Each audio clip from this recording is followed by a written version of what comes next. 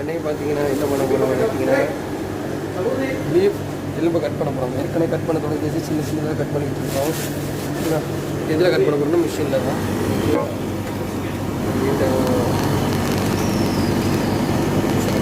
சின்னதாக எடுக்கணும்.